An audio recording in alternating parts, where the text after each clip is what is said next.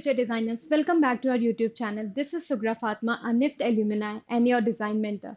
So guys, today we are going to see 1 month NID preparation strategy. And also, I have a one surprise for you. To know that surprise, be with us till the very last. Now, before making a whole strategy, whole plan for the 1 month that is left for an NID examination, let's see how we can start or what should be our first step. So the first step should understand the exam pattern and syllabus.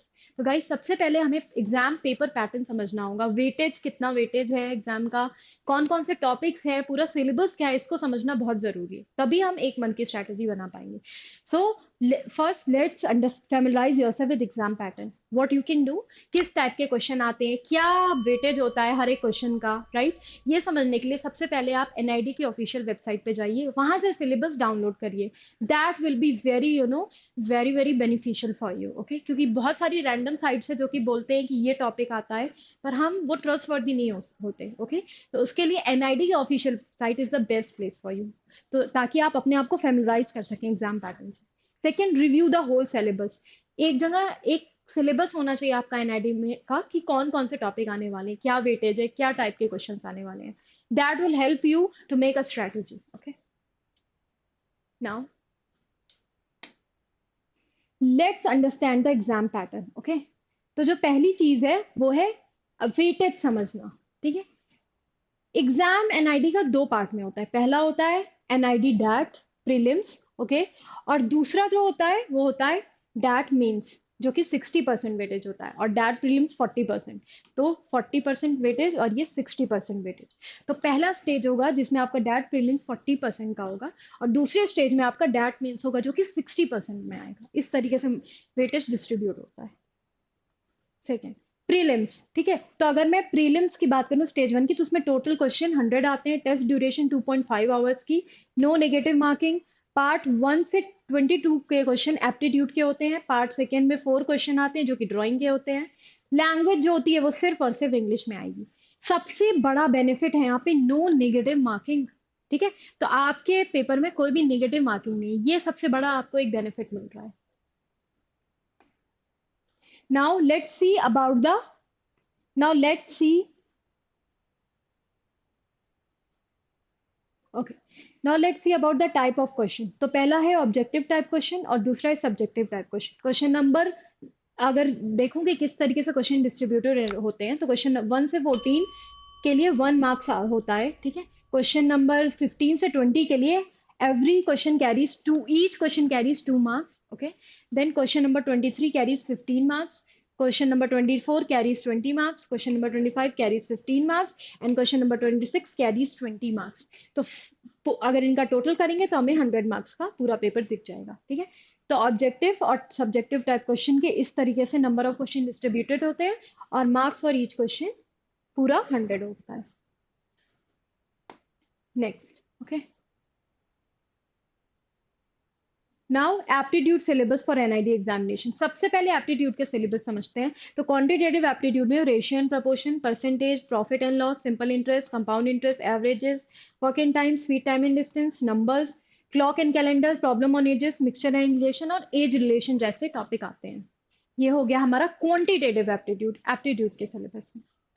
Next, then comes Then comes the verbal reasoning, जिसमें blood relation, direction sense, sitting arrangement, character puzzle, analogy, Venn diagram, syllogism, arithmetic reasoning, data sufficiency, series completion, classification, decoding, coding, puzzle test, alphabet test, order ranking, mathematical operation और cause and effect are the topics that come under verbal reasoning.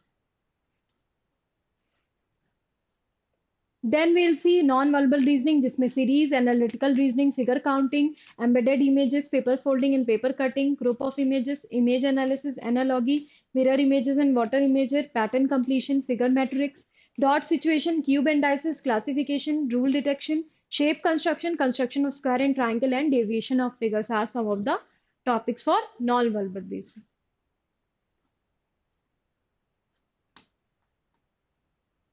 Then comes general awareness, जिसमें आएगा जो GA aptitude होता है, जिसमें famous building and its architecture, architects and their work, art and culture, festival, dance, handicraft, famous painting and their painter, logo, sports honours and award और current affair जैसे topic आते हैं। और खासकर आर्ट और कल्चर में फेस्टिवल, डांस और handicraft से related. Then comes communication ability and English comprehension, जिसमें reading comprehension, vocabulary based question, one word substitution, word analogy, synonym, antonym और word spellings. Grammar based question में sentence completion, cloze test, idiom and phrases, error spotting and para jumbles are some of the topics. Next quantitative aptitude. अब देखते हैं guys month one की planning. हमने सारा syllabus देख लिया, सारे टॉपिक्स देख लिए, पर अब बारी है स्ट्रेटेजाइज करने की। उन टॉपिक्स को कैसे हम स्ट्रेटेजाइज करेंगे? तो पहला है क्वांटिटेटिव एप्टीट्यूड, और आपको यहाँ पे रिवीजन दिख रहा होगा, ओके, जिसमें ratio and proportion, percentage, profit and loss, problem on ages, averages and work in time. तो when I was showing you the syllabus, a lot of chapters topics were there, okay, पर यहाँ पर quantitative aptitude में हम उन्हीं topics को रखेंगे जो इनका हमने पीवाईक्यू में इवेल्युएशन किया है, और वो topics are the most important. तो पीवाईक्यू को इवेल्युएट करने के बाद ये सारे टॉपिक्स हैं जो आपको क्वांटिटेटिव एप्टीट्यूड में कवर करने चाहिए एनआईडी एग्जाम के लिए, ओके। और साइमल्टेनियसली रिवीजन चलता रहे, जैसे रेशियो एंड प्रपोर्शन, परसेंटेज और प्रॉफिट एंड लॉस आज मैंने किया है, तो मैं इसके साथ रिवाइज भी करूँ तीनों को, ठीक है, हमारा रिवीजन साथ साथ चलता रहे, क्योंकि only 1 month is. Second, non verbal reasoning में देखते हैं series, analytical reasoning, figure counting, embedded images, paper folding and paper cutting, grouping of images, image analysis, analogy, non verbal reasoning, figure matrix, classification, rule detection, shape construction, cube and dices, construction of square and triangle, deviation of figures are some topics. इसका भी similarly आप 1 से 3 तक chapter पढ़िए और फिर revise करिए, या फिर 1 से 4 तक पढ़िए and then you can take revision. Verbal reasoning में देखते हैं blood relation, sitting arrangement, direction sense, character puzzle and analogy, syllogism, Venn diagram, arithmetic reasoning, series completion, coding, decoding, puzzle test, alphabet test, classification, order and ranking and mathematical operation are some topics. General awareness में famous building and its architecture, general awareness revision, logo, sports honours and awards, current affairs, art and culture, जिसमें festival, dance, handicraft, famous painting और painter से ज्यादा topic से question आते हैं। Now communication ability and English comprehension में reading comprehension में 4 passage per day, जिसे आप 6 भी कर सकते हैं। वोकेबलरी बेस्ड क्वेश्चन में 40 वोकैब डेली, और ग्रामर बेस्ड क्वेश्चन में रिवीजन ऑफ बेसिक ग्रामर्स, ठीक है। इस तरीके से आप मंथ वन को पूरा टॉपिक को कवर करें। ये हो गया आपका एप्टीट्यूड का पूरा topic. Now last week before exam, so guys जब लास्ट वीक बचा हो एग्जाम के लिए, तो गाइज उस टाइम 3 चीजें जो हमें ध्यान में रखनी चाहिए। पहला, relaxation and confidence building, quick revision और स्टे ऑर्गेनाइज। सबसे पहले तो आप एक काम कीजिए, जो भी आपने टॉपिक पढ़ा है उसका एक क्विक रिवीजन ले लीजिए, ओके। उस टाइम कोई भी एक्स्ट्रा टॉपिक जो आपने नहीं पढ़ा है उसको मत पढ़िए, कि वो लास्ट वीक के लिए मत छोड़िए गाइज, ओके। उस टाइम हमें रिलैक्स माइंड से एग्जाम देने जाना चाहिए, ओके। क्योंकि जो आपने नोट्स बनाए हैं जब आप पढ़ रहे थे, तो वो शॉर्ट नोट्स आपकी हेल्प करेंगे ताकि आपका क्विकली रिवीजन हो सके, ओके। जो इस चीज़ पे हमें ध्यान देना है वो ये है कि हमारी सारी चीज़ें ऑर्गेनाइज्ड हो, जैसे कि एडमिट कार्ड में ऑलरेडी मेंशन होता है इसेंशियल आइटम्स जो आपको ले जाने हैं एग्जाम के लिए। तो अब बस आप एडमिट कार्ड रेडी रखिए, उसके आप प्रिंट आउट रेडी रखिए, मटेरियल्स देख लीजिए एडमिट कार्ड में जो प्रिंटेड है, which are only allowed to take in the examination, okay. So ये चीज़ें, so these are the pointers that help you to crack the examination.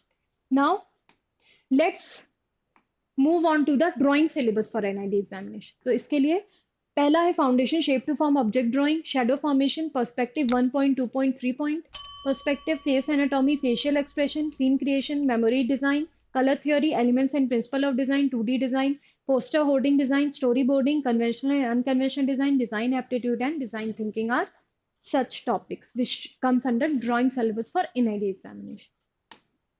Then month one की strategy, पहला है planning and conceptualizing. Familiarize yourself with the NID exam pattern. You can go to the NID official website and download its syllabus. Okay. After familiarizing yourself with the weightage, है ना, with the type of question, और आप PYQ भी देख सकते हैं। PYQ से भी आप उन टॉपिक्स को निकालिए जो पहले 6 से 7 साल में आए हैं, उनको पहले प्रायोरिटी दीजिए, ठीक है। और फिर वो टॉपिक्स देखिए जो कि हो सकता है रिपीट ना किए हों, ओके, या जिनका वेटेज कम हो।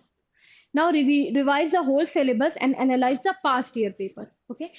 पास्ट ईयर पेपर आपको एक व्यू देंगे, एक रिव्यू देंगे कि आपको कौन से टॉपिक पहले कवर करने हैं, या फिर कौन से ऐसे पीवाईक्यू हैं कौन से ऐसे टॉपिक है पीवाईक्यू में जो कंटिन्यूअसली रिपीट हुए हैं, उनको आपको ज्यादा फोकस देने की जरूरत है.